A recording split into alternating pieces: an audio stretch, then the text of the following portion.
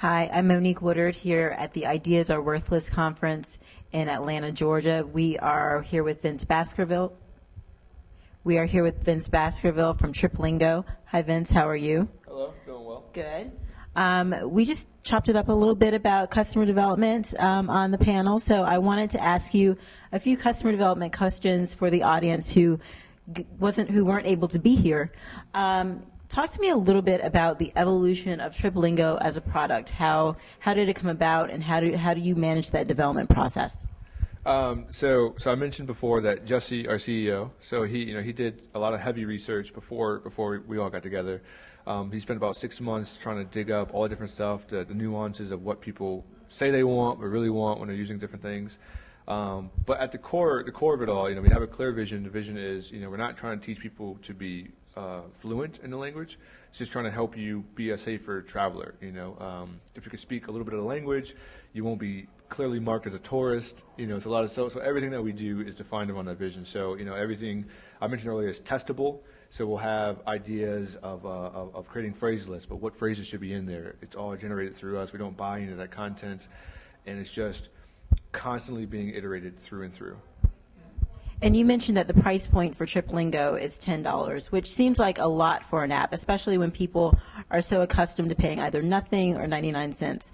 So can you talk to me a little bit about pricing and how you determined that $10 was exactly the weight that the market could bear, and how you came about that decision? Yeah, so that's a sticky topic with entrepreneurs, especially, everyone has grand ideas, they might have a team, and then it's like you're ready to ask people to pay for it. Everyone gets shaky.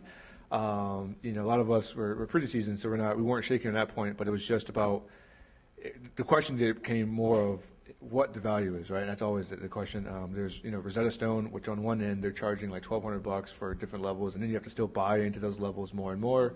All the way down to Google Translate, where you can get it for free. You could just, as long as you have an internet connection, you could just do something. So it's like, what should we do?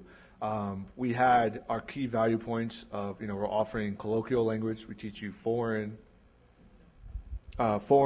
casual slang, and crazy different things. So that's a big value. And then also we customize specifically for people. So it's like, if you have a gluten allergy, if you're traveling with kids, if you're going for a business or social. So it's taking those business value props and it was like, all right, so this is it. What should we charge? Should it be $50, $1?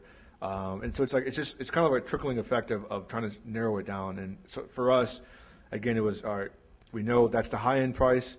What's our vision? We're not teaching fluency. So, since we're not teaching fluency, we should be looking at a more like $50 and under.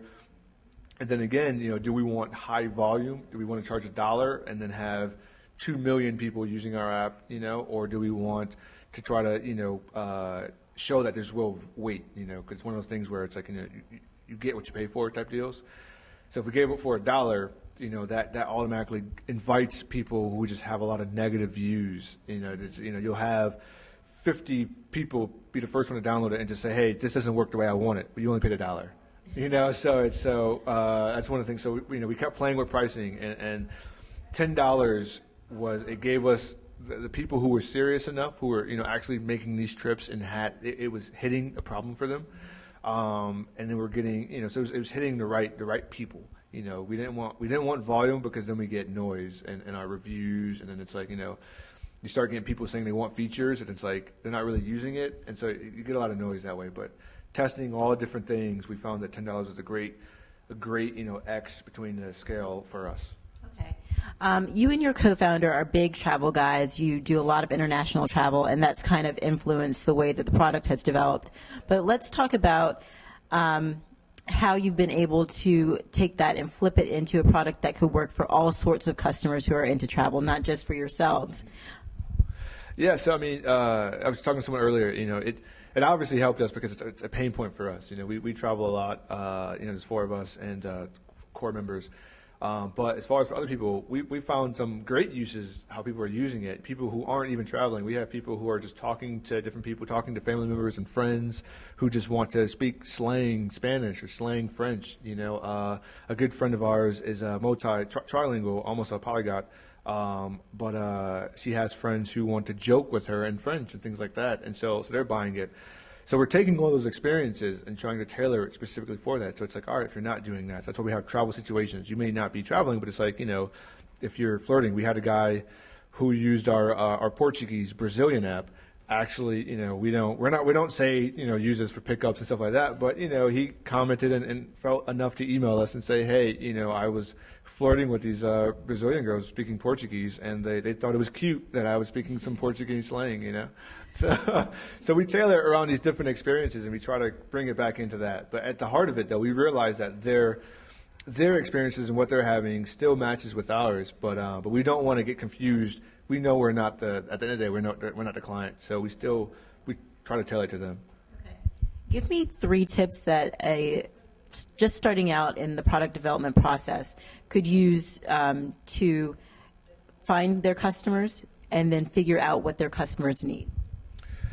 As far as finding customers, the biggest, as far as what we do, the biggest thing is where are they at? Where are they doing? For us traveling, people travel. It means anyone travels for different means, business or personal. And so it's just, it doesn't mean that we go to airports. We don't go to airports, stuff like that. We just, we blanket out between us. We have large networks, and it's like, how often do you travel? What do you do? And so depending on what you do, you have to get outside the box. Or not so much outside the box. I'm thinking just outside your little space, your little nice little bubble. So we physically literally go out and talk to people and ask, what do you do? And we go to events, awesome events like this.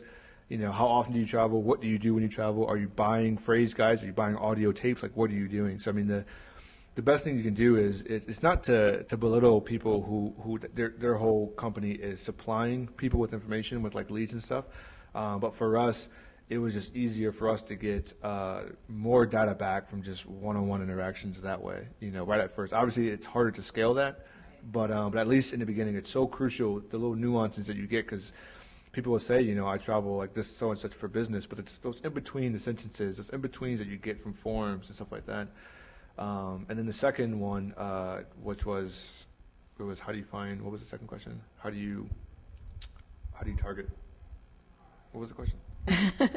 I asked you to give me 2 or 3 ways that people could target their customers and question them on how to develop a great product. All right, so let me be more focused on this, so I apologize.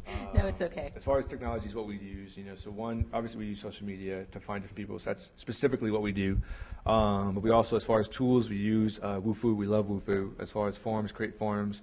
We use Google Docs to create forms as well, but we're a big fan of Wufoo. MailChimp, we create a mailing list. You get different things to create mailing lists and stuff like that. So we get that way, then we pump out, thank yous and all that good stuff. And then the third one, I guess, would go back to what I said originally, was just the actual face-to-face. Like, yeah, you need building a focus group, basically. Exactly, okay. Yeah. How much time should an entrepreneur spend on the customer development process? So that's, no one can give anyone just a specific roadmap. But as far as the customer development, for us, it's a constant cycle. We don't ever just say, hey, this and it ends. Obviously we have feature cycles or product cycles, but our V1 is still working on it. We're still iterating and fixing that. And even though we're still working on a V2 right now, but it's like our customer development and our constant customer feedback loop never really ends. So I know we can't give. I can't give an answer on when it should. When it's on you. What feels right. It never ends. Exactly. Okay. Thank you. You can follow the conversation at the hashtag Ideas Are Worthless. You can follow Black Founders at Black Founders on Twitter, and follow at I Am Vince and at TripLingo for more on Vince Baskerville and TripLingo.